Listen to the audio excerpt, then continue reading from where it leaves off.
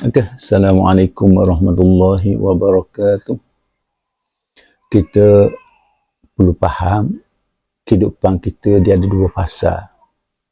Kehidupan dunia dan kehidupan akhirat. Kehidupan dunia ni ada had, ada batas. Habis 60, 70, 80 tahun. Tapi kehidupan akhirat untuk selamanya. Allah letak kita atas muka bumi untuk apa? Yang pertama untuk beribadat kepada Allah SWT. Untuk beribadat kepada Allah SWT, untuk buat persiapan menghadapi kehidupan akhirat. Tapi soalnya, apakah kita buat persiapan untuk berhadapan dengan kehidupan akhirat? Takutnya kita teralik dalam kehidupan dunia dan kita lupa untuk buat persiapan untuk kehidupan akhirat. Cuba kita buat muhasabah tentang kehidupan kita. Kalau orang umur 60 tahun katakan, kita tidur 20 tahun kita tidur. Lama kita 20 tahun masih habis saja dengan tidur je.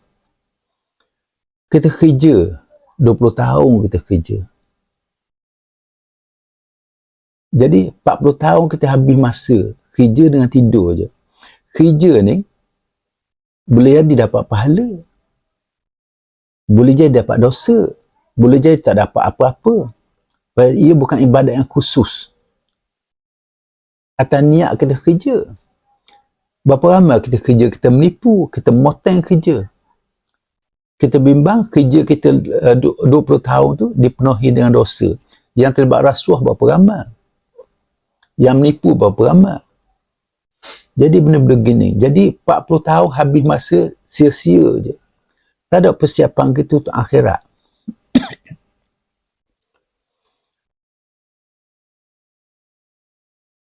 Jadi kita ada baki 20 tahun lagi. Kalau kita 60, ada 20 tahun. 20 tahun kita buat apa? Kita main 5 tahun.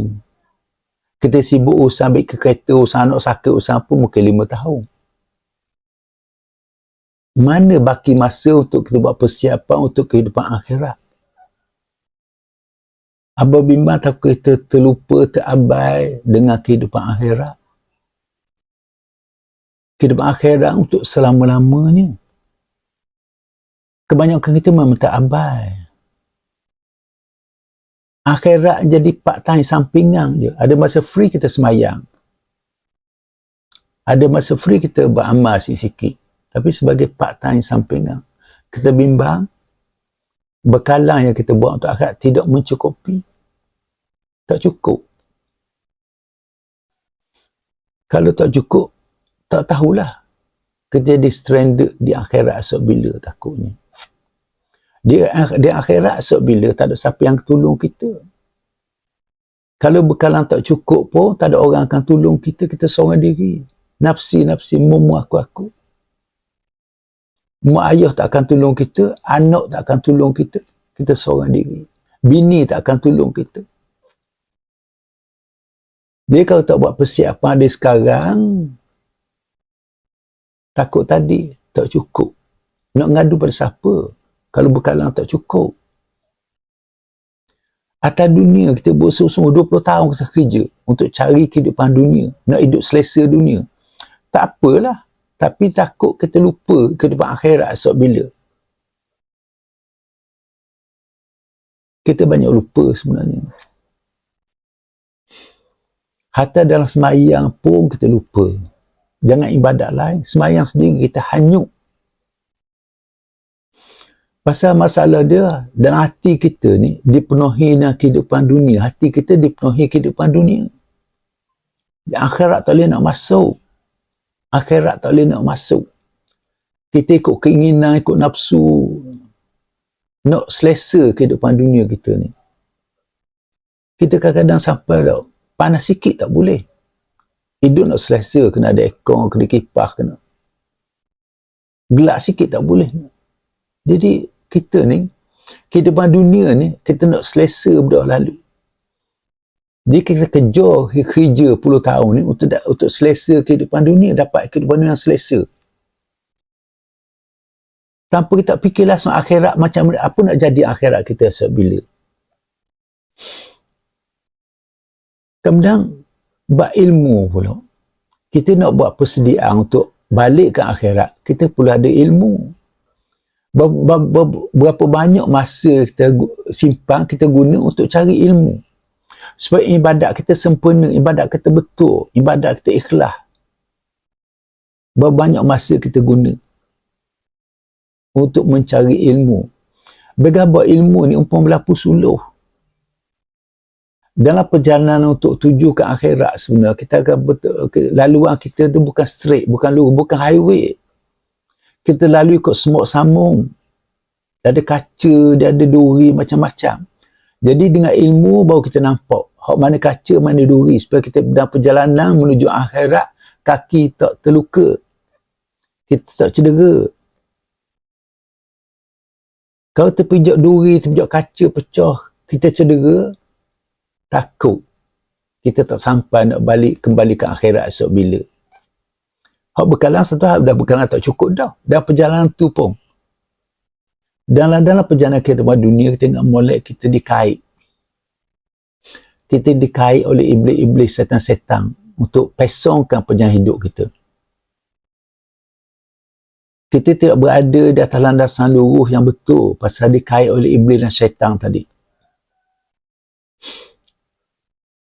Pasal tu, Islam mengajar kita berdoa kepada Allah SWT 17 kali sehari semalam. Ihdinas siratal mustaqim. So Allah Ta'ala tunjuk kita jalan yang lurus. Di samping berdoa, kita pula ada ilmu untuk bimbing kita sama. Kita dua benda perlu, ilmu dan doa. Sebab perjalanan kita lurus, tak terpesong. Kita bimbang takut perjalanan kita terpesong. Kita rasa kita lurus betul dah, pada ia terpesong.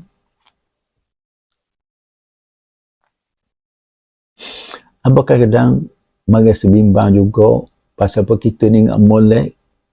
Kalau kita dipanjangkan umur, baki umur kita tadi, kalau boleh jangan kita buat benda yang sia-sia. Berapa ramai orang-orang yang pecen pesara, lepas bersara pun terlibat dunia politik.